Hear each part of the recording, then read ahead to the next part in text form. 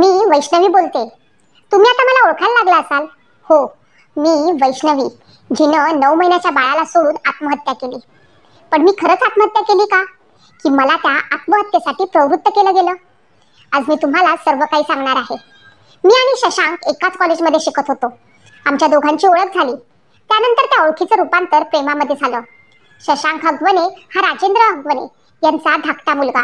राजेंद्र हगवणे हे राष्ट्रवादी पक्षाचे माणूस, त्यामुळे रुबाबदार. पण मी मात्र फक्त शशांकला बघून त्याच्या प्रेमात पडले होते. माझे वडील अनिल साहेबराव कसपटे. आम्ही तसे श्रीमंत, पण राजेंद्र हगवणे यांच्यापेक्षा कमी.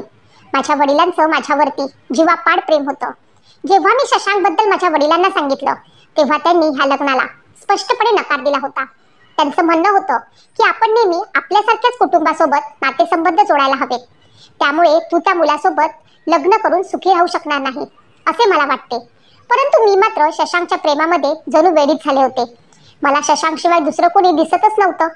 माझ्या वडिलांनी मात्र माझ्यासाठी दुसरं स्थळ शोधायला सुरुवात केली. तेव्हा तर मी अगदी पळून जाण्याचा आणि लग्न करण्याचा विचार केला. जेव्हा माझ्या वडिलांना हे कळलं, तेव्हा मात्र त्यांनी आपल्या घराण्याची अब्रू जाऊ नये म्हणून माझं लग्न शशांक बरोबर लावून देण्याचं ठरवलं. 24 एप्रिल 2021 ला आमचे लग्न झाले. त्या लग्नातही शशांकच्या घरच्यांनी इतकी मागणी केली होती की ती ऐकून तुम्ही देखील कदाचित चकित व्हाल. 51 तोळे सोनं, फॉर्च्युनर सारखी महागडी गाडी, चांदीची भांडी आणि सोबत सुसगाव मधील सनी वर्ल्ड मध्ये शाही पद्धतीने लग्न लावून दिलं माझं. माझ्या आनंदासाठी माझे आई वडील सारं काही करत होते.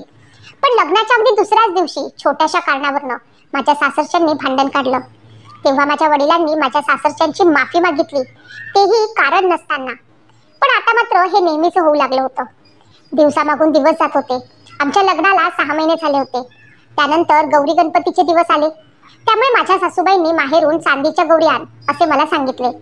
सासूबाईंची ही मागणी जेव्हा मी माझ्या आईला सांगितली, तेव्हा आई म्हणाली आपल्याकडे मातीच्या गौरी बसवतात, मग चांदीच्या कशाला?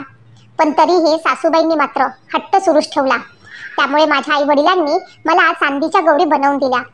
खरं तर लग्नात देखील सासरच्यांनी आम्ही राजकारणातील मोठी माणसं आहोत, या समाजात आमची प्रतिष्ठा आहे, मोठी मोठी लोक लग्नाला येतील, त्यामुळे लग्न चांगलं झालं पाहिजे, हुंडा जास्त मिळाला पाहिजे, लग्नात मुलाला तुमच्याकडनं मोठी गाडी देखील मिळाली पाहिजे, मोठे मोठे नेते आमच्या लग्नाला येतील, म्हणून मोठ्या धुमधडाक्यात लग्न व्हायला हवं. कुठेतरी हे सगळं माझ्या वडिलांना पटत नव्हतं. परंतु माझ्या चेहऱ्यावरील आनंद बघून त्यांनी सारं काही केलं होतं. आता तर ते माझ्या सासरच्या लोकांच्या सगळ्या अटी एका मागोमागे मान्य करत होते. परंतु आता नवरा सोडून घरातील सासू सासरे यांच्या वागण्यात थोडा थोडा बदल मला जाणवायला लागला होता. या सगळ्यांमध्ये सगळ्यात जास्त त्रासदायक होती ती माझी नणंद करिश्मा.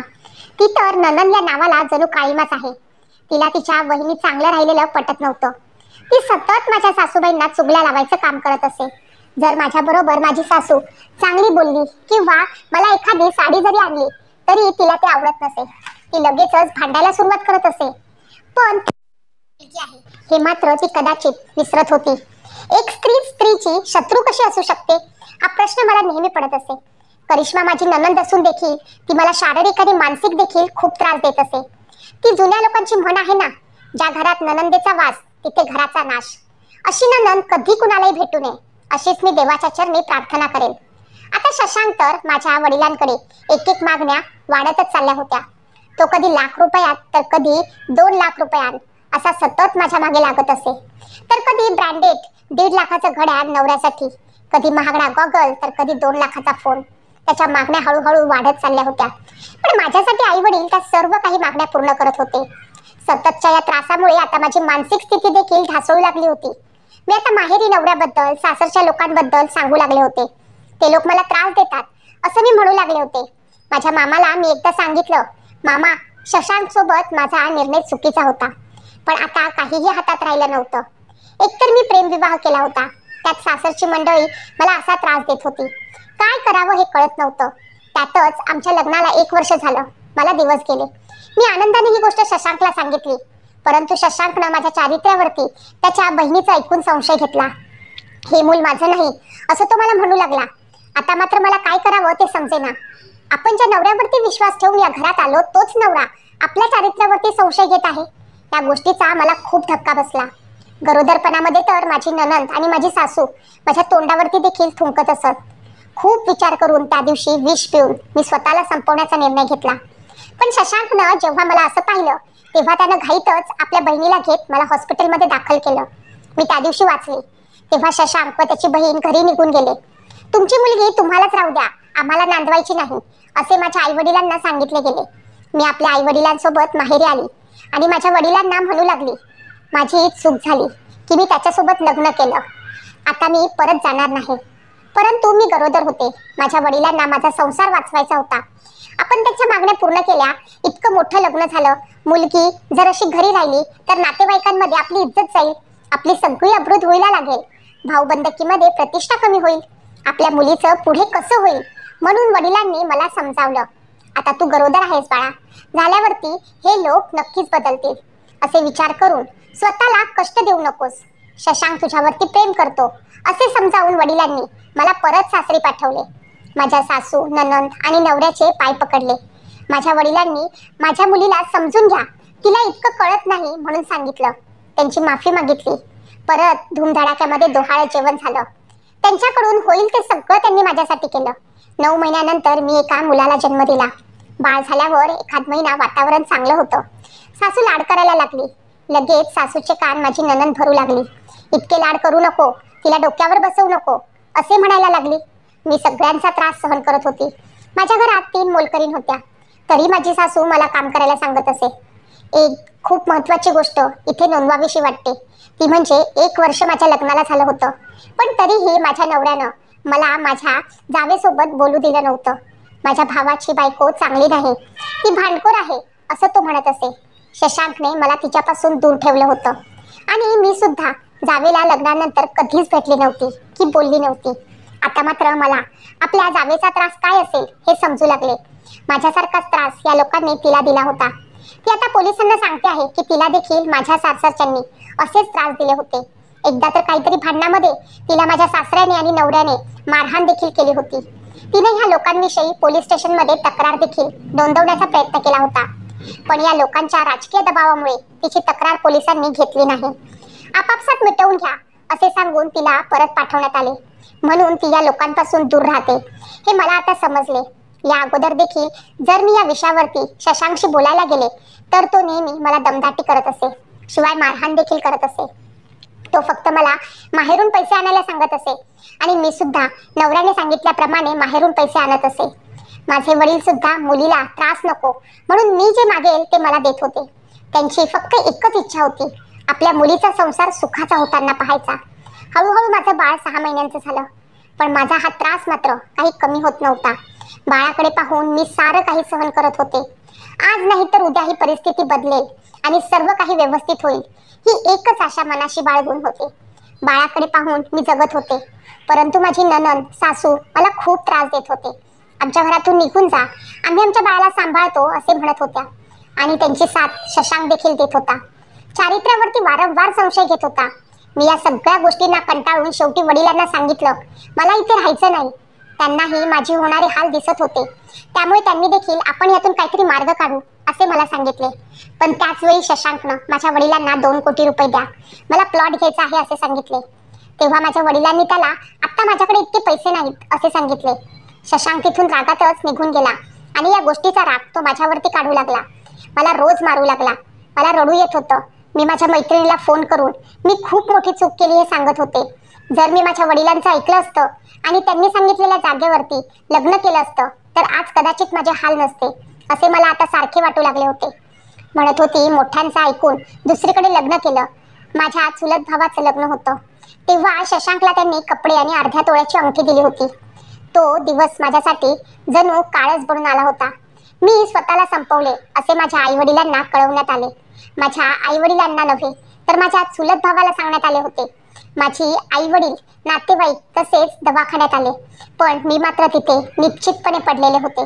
माझ्या आई वडिलांनी डॉक्टरकडे माझ्या तब्येतीविषयी विचारणा केली.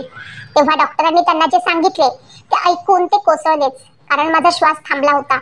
तेव्हा माझ्या वडिलांना माझ्या अंगावर मारलेले निशाण दिसले, जखमा दिसल्या, डोक्याला मारलेलं दिसलं आणि आपल्या मुलीनं गळफास घेतला नसून तिचा या हगवले परिवारानं खून केला असा आरोप माझ्या वडिलांनी लावला.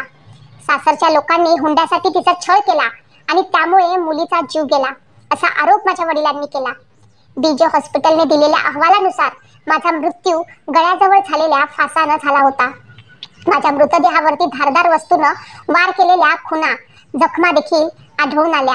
हे सगळं बघून माझ्या वडिलांनी माझा नवरा शशांकवरती मुलीचा खून केल्याचा आरोप लावला आणि सगळ्या चौकशीत पोलिसांनी माझी नणंद, सासू, नवरा यांना अटक केली. परंतु माझे सासरे फरार झाले होते. 16 मे 2025 रोजी ही घटना घडली आहे. या सगळ्यांच्या जाचाला त्रासून अखेरीस मी देवाकडे गेली.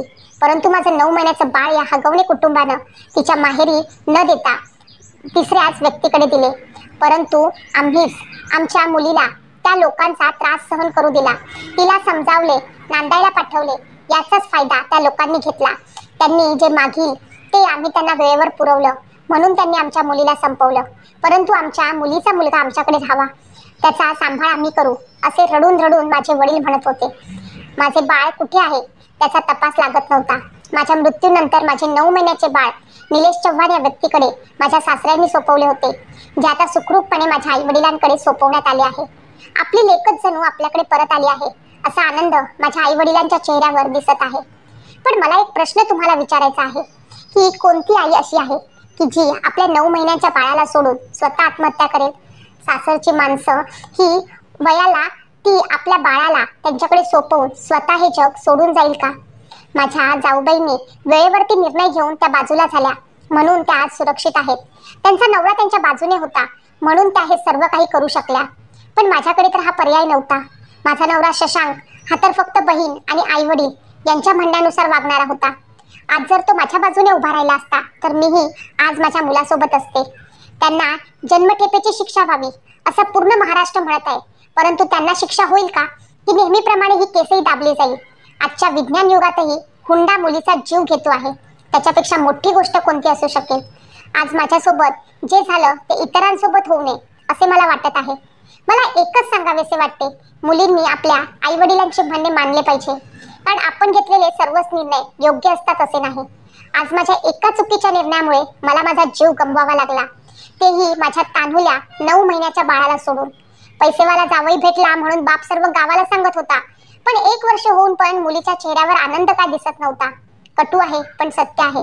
मुलीला मिळणारा तिचा साथीदार हा खूप पैसेवाला आहे, म्हणून तो तिला सुखात ठेवेल असे आपण जे समजतो ते मात्र माझ्या या प्रकरणामुळे तुम्हाला आता कळलेच असेल की किती चुकीचे आहे.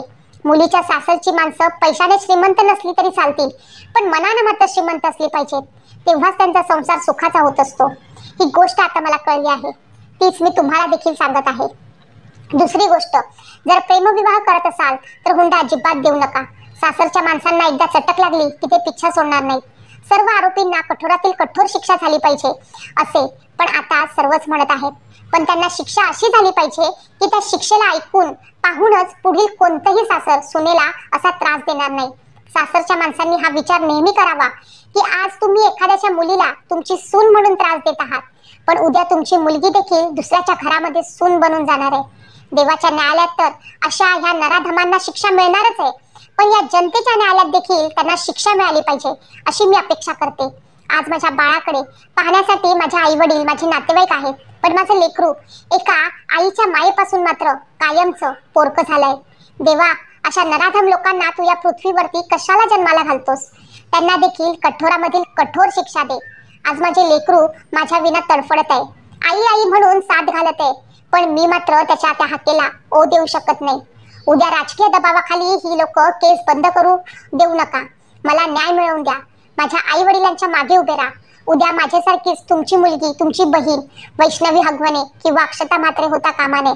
याचा विचार आता तुम्हालाच करायचा आहे. या नराधमांना काय शिक्षा झाली पाहिजे असे तुम्हाला वाटते? तुमच्या प्रतिक्रिया नक्की नोंदवा. अशाच सत्य घटना ऐकण्यासाठी तुम्ही माझ्या चॅनलला लाईक, सबस्क्राईब आणि शेअर करायला विसरू नका. ही माहिती प्रसार माध्यमांवरनं घेतलेली आहे. यातून वैष्णवी काय विचार करत असेल हे